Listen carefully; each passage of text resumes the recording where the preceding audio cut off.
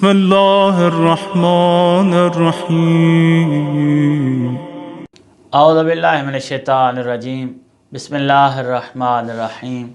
اللہم صلی علی محمد و آل محمد۔ درود و سلام ہو محمد و آل محمد کی ذوات قدسیہ پر، اور مومنین کرام آپ جہاں جہاں بھی آباد ہیں سلامت اور محفوظ رہیں۔ ربیع الاول کا مہینہ ہے، بڑا باعزت اور باشرف مہینہ ہے۔ رسالت مآب صلی اللہ علیہ وآلہ وسلم کے میلاد کے ایام چل رہے ہیں۔ دونوں مکاتب فکر میں میلاد کی تاریخ میں اختلاف ہے۔ اہل سنت مکتب فکر کے نزدیک 12 ربیع الاول میلاد کی تاریخ ہے، اور اہل تشیع مکتبہ فکر کے نزدیک 17 ربیع الاول ہے۔ لیکن اس کے باوجود کچھ لوگ ایسے ہیں کہ جو میلاد پر مختلف قسم کے اعتراض کرتے ہیں۔ ان میں سے اعتراض کرنے والوں میں سے کچھ ہیں کہ جو کہہ دیتے ہیں کہ یہ میلاد منانا اصلاً بدعت ہے، اور کچھ کہتے ہیں کہ ہمیں ایسے ہی منانا چاہیے جیسے رسول اللہ نے منایا، اور وہ رسول اللہ کا طریقہ بیان کرتے ہیں ایک روایت پیش کر کے۔ اور یہ جو گلیوں میں نعتیں پڑھنا، درود و سلام پڑھنا اور رسول اللہ کا ذکر کرنا، یہ ریلی کی صورت میں، جلوس کی صورت میں، اس کو وہ بدعت قرار دیتے ہیں اور اعتراض کرتے ہیں کہ یہ گناہ ہے اور دین میں بدعت داخل کرنا جرم ہے، گناہ ہے۔ پہلا گروہ جو کہتا ہے کہ یہ تو ہے ہی بدعت، رسول اللہ صلی اللہ علیہ وآلہ وسلم نے اپنے دور رسالت میں خود کوئی میلاد نہیں منایا، جو کہ ابھی لوگوں نے شروع کر دیا ہے، اور یہ مکمل ایک بدعت ہے۔ دوسرا گروہ جو کہتا ہے کہ ہمیں ویسا منانا چاہیے کہ جیسا رسول اللہ نے منایا، وہ صحیحین میں سے اپنے اہل سنت برادران کی کتابوں میں سے ایک روایت پیش کرتے ہیں۔ رسالت مآب صلی اللہ علیہ وآلہ وسلم منڈے کے دن روزہ رکھتے اور فرمایا کرتے تھے کہ فیہ ولدت، اس دن میں دنیا میں آیا۔ تو رسالت مآب صلی اللہ علیہ وآلہ وسلم روزہ رکھ کر میلاد مناتے تھے۔ تو یہ لوگ جو اس دور میں میلاد منا رہے ہیں، ان کو روزہ رکھنا چاہیے، عبادت کرنی چاہیے، گھروں میں بیٹھنا چاہیے، نہ کہ یہ صلاۃ و حمد اور نعتیں پڑھتے ہوئے یہ بازاروں میں گھومیں، لنگر نیاز تقسیم کریں۔ یہ دونوں قسم کے گروہ اعتراض کرتے ہیں، اور جو کہتے ہیں یہ بدعت ہے، ان سے عرض یہ ہے کہ بدعت ہے اور رسول اللہ نے نہیں منایا۔ بہت ساری، یہ تو میلاد ہے، اگر کوئی منائے تو ثواب ہے، کوئی نہ منائے تو گناہ نہیں ہے۔ آپ لوگوں کا پورا رمضان اگر غور کریں تو ایک عبادت میں گزرتا ہے جس کا نام تراویح ہے۔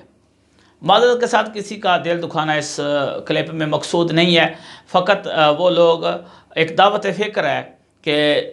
کس طرح آپ لوگ اگر تھوڑی سی توجہ کریں تو اس مطالب اور معنی کو درک کر لیں گے کہ میلاد کوئی بدعت نہیں ہے اور ثواب ہے، بلکہ ایک عبادت ہے، رمضان میں کی جاتی ہے تراویح۔ بالاتفاق سارے اہل سنت فرقے جتنے بھی ہیں، 4 کے 4 گروہ ہیں، یا اب کچھ زیادہ بھی ہو گیا، سب کا اتفاق ہے کہ یہ رسول اللہ کے زمانے میں نہیں پڑھی گئی۔ جب رسول اللہ کے زمانے میں نہیں پڑھی گئی، اس کے بعد ایک صحابی نے شروع کی، حتیٰ کہ خلیفہ اول کے دور میں بھی نہیں تھی، خلیفہ دوم کے دور میں شروع ہوئی، اور پورا رمضان اس بات پہ فوکس کر کے گزار دیا جاتا ہے کہ یہ عبادت مس ہو نہ ہو۔ روزہ رکھا ہے، تراویح نہیں پڑھی، تب مورد سرزنش ٹھہراتے ہیں ایک دوسرے کو، اور ایسے بزرگ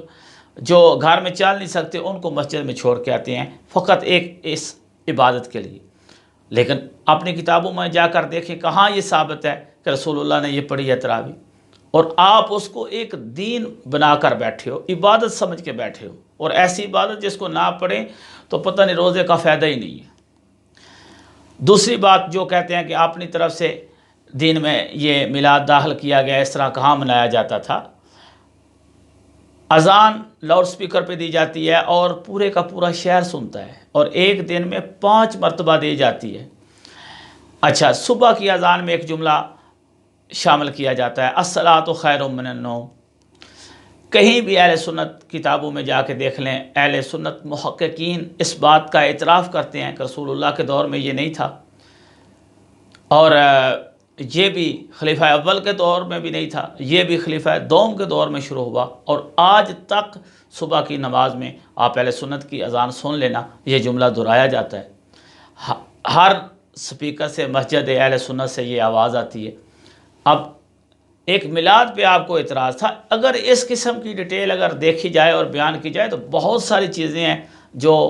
آپ لوگوں نے تو دین سمجھ کر وہ دین میں داخل کی ہوئی ہیں اور اس پہ بیٹھے ہوئے ہیں۔